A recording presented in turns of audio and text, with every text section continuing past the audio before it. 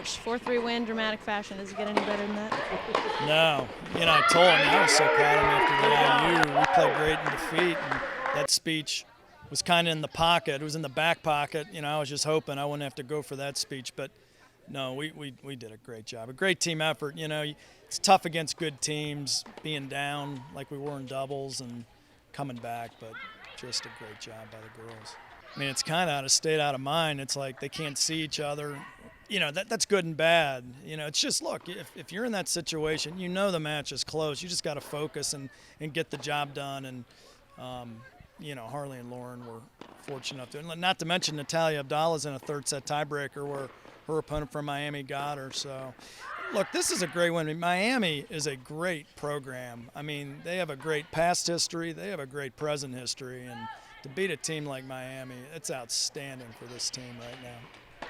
And I heard you telling the girls kind of looking ahead towards Temple, ended the season last year, and just kind of the momentum that you can take from this match to the weekend in Philadelphia next weekend. Well, it's just affirmation of, look, we're going to be in these matches all year, and we won one. And even the Liberty match, that could have gone either way. We've won a couple of tight matches, and we're going to encounter these all year.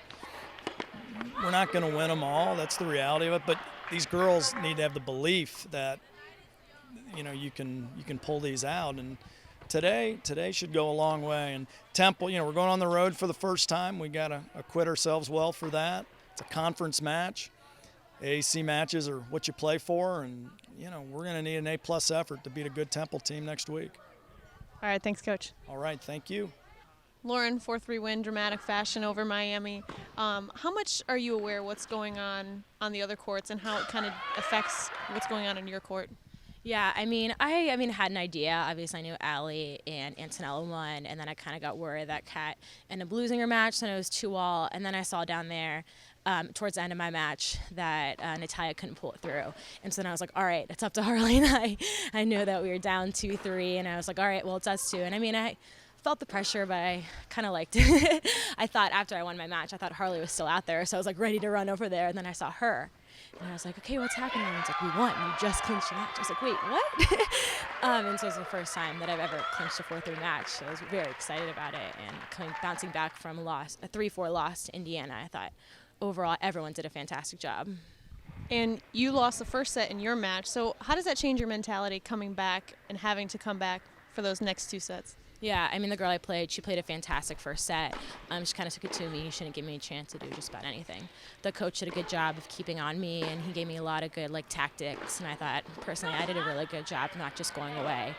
I moved the ball around, start hitting more at her instead of giving her angle. She's a great mover and a great defender, and she hit the ball quite well.